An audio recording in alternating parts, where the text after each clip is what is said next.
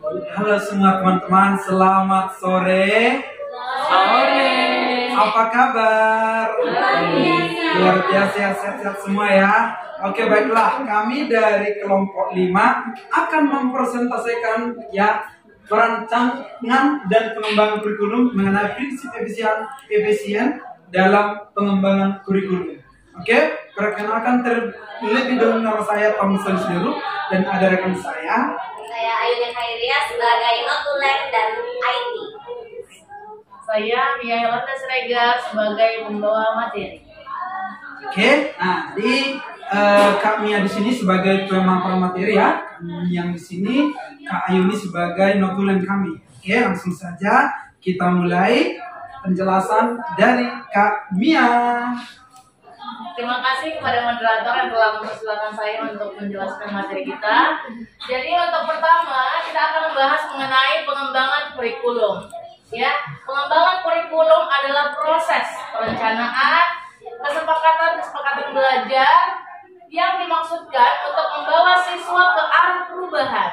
Ya, perubahan-perubahan yang diinginkan dan juga menilai sampai di mana perubahan tersebut telah terjadi pada siswa. Nah, jadi di sini dikutip dari Audrey, Nicholas, dan Howard. Nah, kemudian selanjutnya mengenai prinsip efisiensi. Nah, jadi pada prinsip ini ya, apa yang direncanakan itu sesuai dengan tujuan pembelajaran yang ingin dicapai. Ya, dalam pengembangan ini perlu memanfaatkan sumber daya pendidikan yang ada secara optimal, kemudian juga cermat, tepat, sehingga hasilnya juga memadai.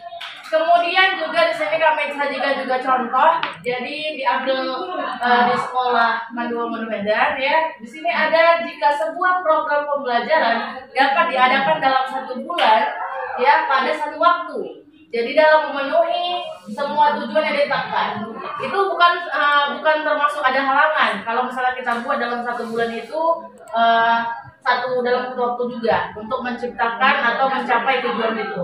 Jadi di sini sehingga siswa itu dapat mengimplementasikan program pembelajaran yang lain karena upaya itu diperlukan agar dalam mengembangkan kurikulum dapat memanfaatkan sumber daya pendidikan yang ada secara optimal, cermat, dan tepat sehingga hasilnya juga nanti akan memadai.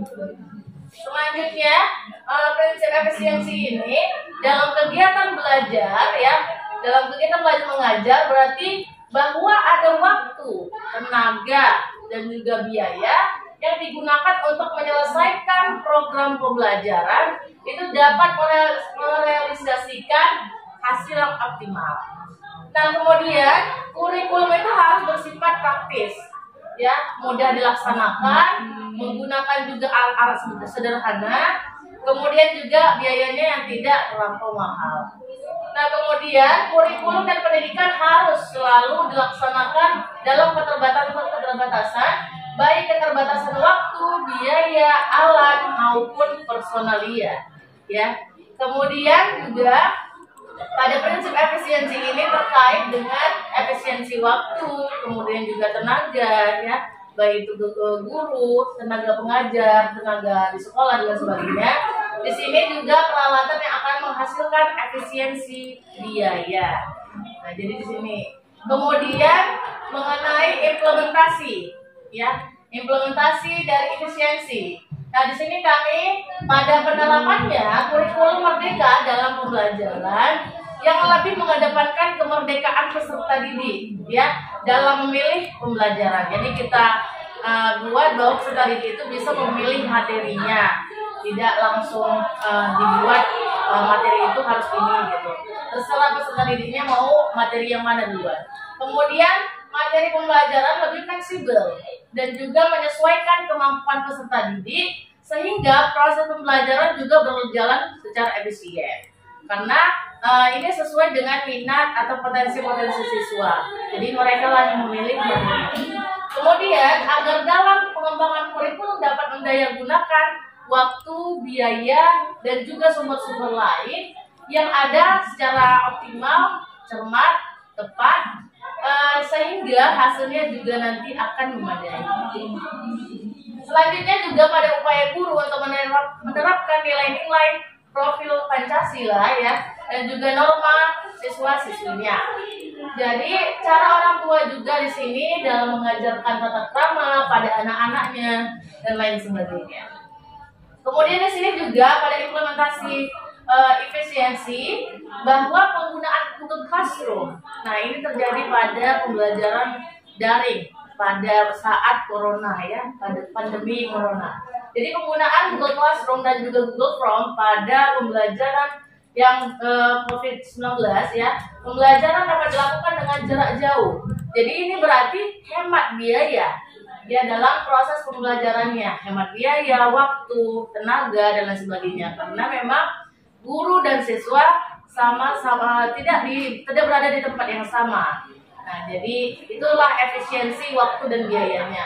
Kemudian juga guru terbantu ya, guru terbantu dalam memberikan tugas yang tidak harus dikerjakan dari kertas saja. Jadi bisa via online, jadi mengefisiensi barang atau biaya juga. Dan kemudian tentu semuanya akan berjalan dan tujuan pembelajaran akan tercapai secara optimal. Mungkin itu saja penjelasan untuk materi kami. Saya kembalikan kepada moderator. Terima kasih buat Kak Mia sudah memaparkan materi sangat baik ya. Oke, terima kasih. Demikian presentasi kami. Nah, jadi dari teman-teman saya kasih waktu beberapa menit. Kalau ada yang mau bertanya atau mengasih saran dan kritik, kami tunggu beberapa menit. Silahkan.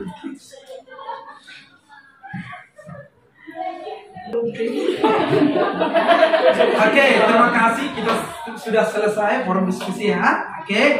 Nah, jadi kesimpulan yang kita ambil untuk presentasi hari ini dari kelompok kita ya. Prinsip efisiensi. Oke, yaitu mengusahakan agar dalam pengembangan kurikulum dapat mendayagunakan waktu, biaya dan sumber-sumber lainnya. Oke, terima kasih dari kelompok kami. Sekian. Kami ucapkan selamat sore.